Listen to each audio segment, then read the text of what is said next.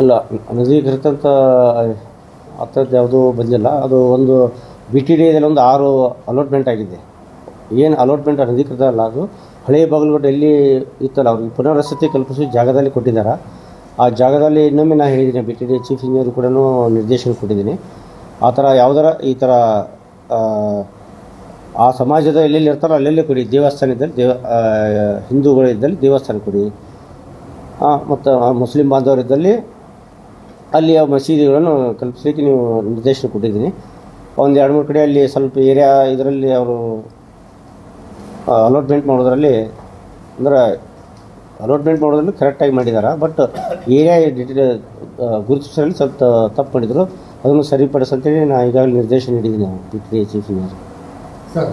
ಒಂದು ಕಳೆದ 20 ವರ್ಷದ ಗಲಾಟೆ ಆಗಿಲ್ಲ, ಮತ್ತು ಅಹಿತ ಘಟನೆಗಳು ಮರುಕಳಿಸದಂತೆ ಒಂದು ಎಲ್ಲರದ್ದು ಜವಾಬ್ದಾರಿ ಇರುತ್ತೆ. ಹೀಗಾಗಿ ತಮ್ಮ ಎಲ್ಲರಿಗೆ ಮತ್ತೊಮ್ಮೆ ನಾನು ಮನವಿ ಮಾಡ್ಕೋತೀನಿ, ತಮ್ಮ ಮುಖಾಂತರ ಎಲ್ಲ ಸಾರ್ವಜನಿಕರಲ್ಲಿ, ಎಲ್ಲ ಬಂಧು ಬಾಂಧವರಲ್ಲಿ ಈ ನಮ್ಮದು ಶಾಂತಿ ಕಾಪಾಡೋದು ಎಲ್ಲರೂ ಅಗತ್ಯ ಸಹಕಾರ ನಮ್ಮ ಜಿಲ್ಲಾಡಳಿತ ನೀಡಬೇಕಂತ ನಮ್ಮನ್ನೆಲ್ಲರನ್ನೂ ಕೊಡ್ತಾ ಇದ್ದೀನಿ.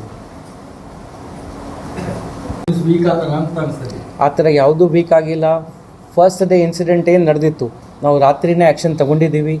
ನೆಕ್ಸ್ಟ್ ಡೇ ಏನಿತ್ತು ಅದನ್ನು ಕೂಡ ತೊಗೊಂಡಿದ್ದೀವಿ. ದಯವಿಟ್ಟು ತಾವು ಅರ್ಥ ಮಾಡ್ಕೋಬೇಕು, ಪೊಲೀಸದು ಪ್ರಯಾರಿಟಿ ನಂಬರ್ 1 ಏನಿದೆ, ಶಾಂತಿ ಸುವ್ಯವಸ್ಥೆ ಆಗಬೇಕು, ಕಾಪಾಡಬೇಕು. ಅದಕ್ಕೆ ಕೂಡ ತಮ್ಮ ಮಾಧ್ಯಮ ಮುಖಾಂತರ ನಾವು ಅಪೀಲ್ ಮಾಡ್ತಾ ಇದ್ದೀವಿ.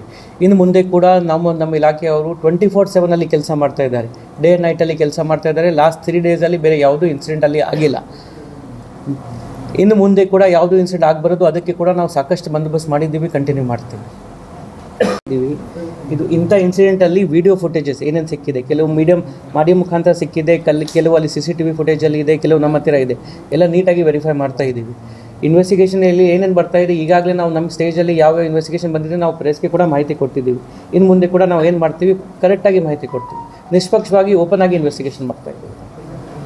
Thank you.